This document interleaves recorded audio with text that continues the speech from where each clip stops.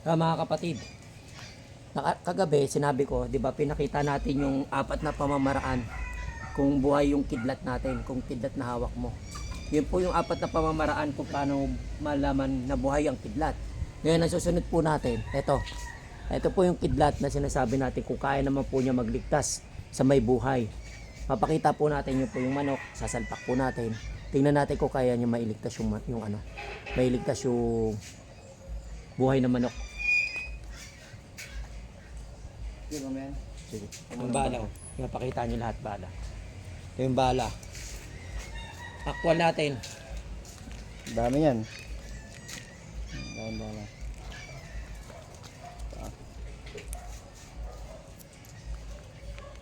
Ito ah. Ada. Nakalagay na yung bala. Ay, ilagay mo na kaya natin yung kudlat siya. Okay lang sila dyan, tay. Okay lang muna yun.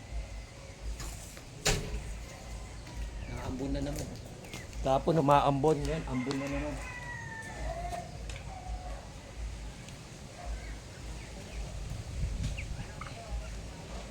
Kita mo yung bisan.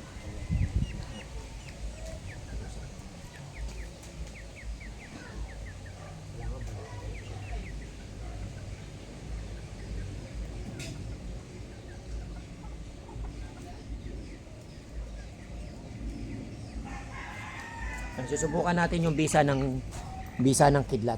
Tingnan natin kung ano siya. Kung kaya siyang sapuhin, kaya siyang iligtas. Tingnan natin yung bisa ng kidlat na yan natin malalaman kung matibay yung kidlat. Kasi pag sa mga barel, mga original na barel, ang kidlat pagka may mga ano yan pwede siya sa hindi puputok. Ganun po ang mga bisa ng kidlat. Meron lihis, meron di puputok. Subukan natin kung saan siya.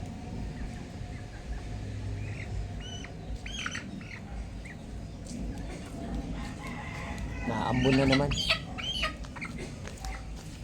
Hindi po natin ito ginagawa para manakit na manakit. Pinakikita lamang po natin yung mga bisa ng kapangyarihan ng kapangyarihan ng agimat.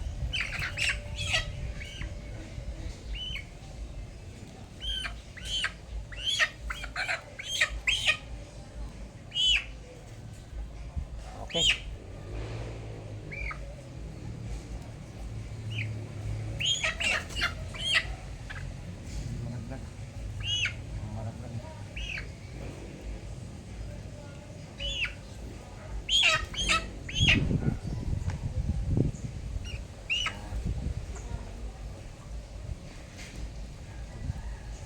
Sa'yo po yung bala. Kita nyo yung bala, nandun yung bala. Hindi ko ginagalaw. Ito yung bala. Ito pa rin yung bala. Hangin. Kasa. Yan. Nakita yan.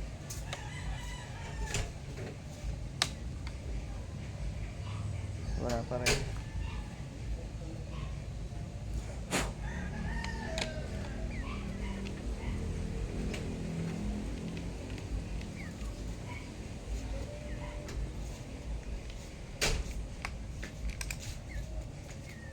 Kasi ang bagong karga ng hangin.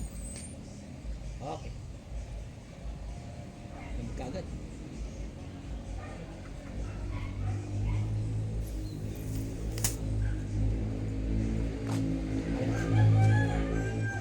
Kapatid, papakita natin. Bisa ng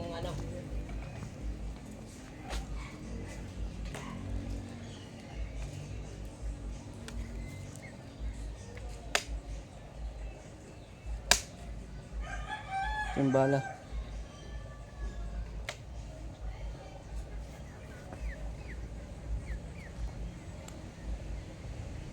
Five, 4, 3, 2, 1, 5.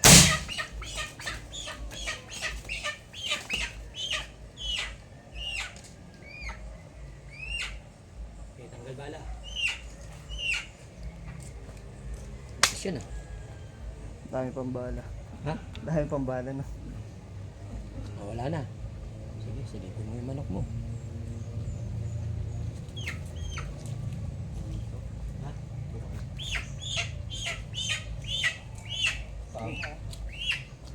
Meron? Wala? Wala. Sige, pakita natin.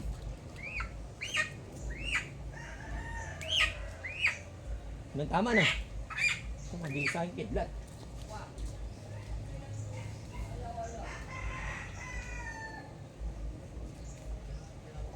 Ito yung kidlat. Oh, kidlat. Ito yung kidlat ng inano natin kagabi. Siya yung kagabi na inano natin sa kung apat na pamamaraan. Tingnan natin.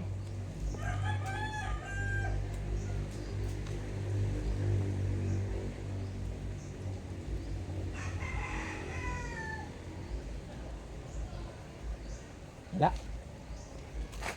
Eh, nabali yung ano, kapal. Hindi ba yan? O, pakita mo. Walang tama. Walang dugo. Wala lahat. O. Wala. Sige, pag nilapag mo, tatakbo Mga yan. manakbo eh. O, sige, okay na. Yun, pinakita po natin. Okay na buhay yung manok. O, lalagay na ulit siya sa ano. Buhay na buhay yung manok. Makikita nyo naman. Pinakita, pakpak, walang tama, walang dugo. Ibig sabihin, legit yung ano. Legit yung kidlat. Ayan po, yung kidlat na inano natin. Tinesting natin. Kaya mga kapatid ha, detalyado po lahat ginagawa namin. Hindi po namin to ginagawa para lamang po manakit ng hayop. Ginagawa po namin to para may pakita lamang po yung bisa ng kapangyarihan na hawak natin na kidlat. Hindi na, ito nga po ito kapatid, yung airgun, nakakamatay po yan sa mga hayop. Ibig sabihin, yung airgun yung nakakamatay sa hayop, pwede rin yan makabutas ng katawan ng tao kasi airgun nga po yan eh. Kumbaga yan po yung kontra ng agimat, airgun. Pero sa kidlat, hindi naman po pwede isalpak lang natin na isalpak to sa mga hayop. Ibig sabihin, pinakikita lang naman po na yung pinakikita lamang po namin na mabisa yung agimat. Doon po namin pinakikita yung bisa ng agimat. Sa hayop po namin tinetesting kasi buhay nga po yun. Ibig sabihin, pag buhay, ginagamit namin, kaya iligtas ito. Mga kapatid, yun po, ito ang bisa ng kidlat. Kabal, no? Kabal. No? Kabal, wala siyang tama, no?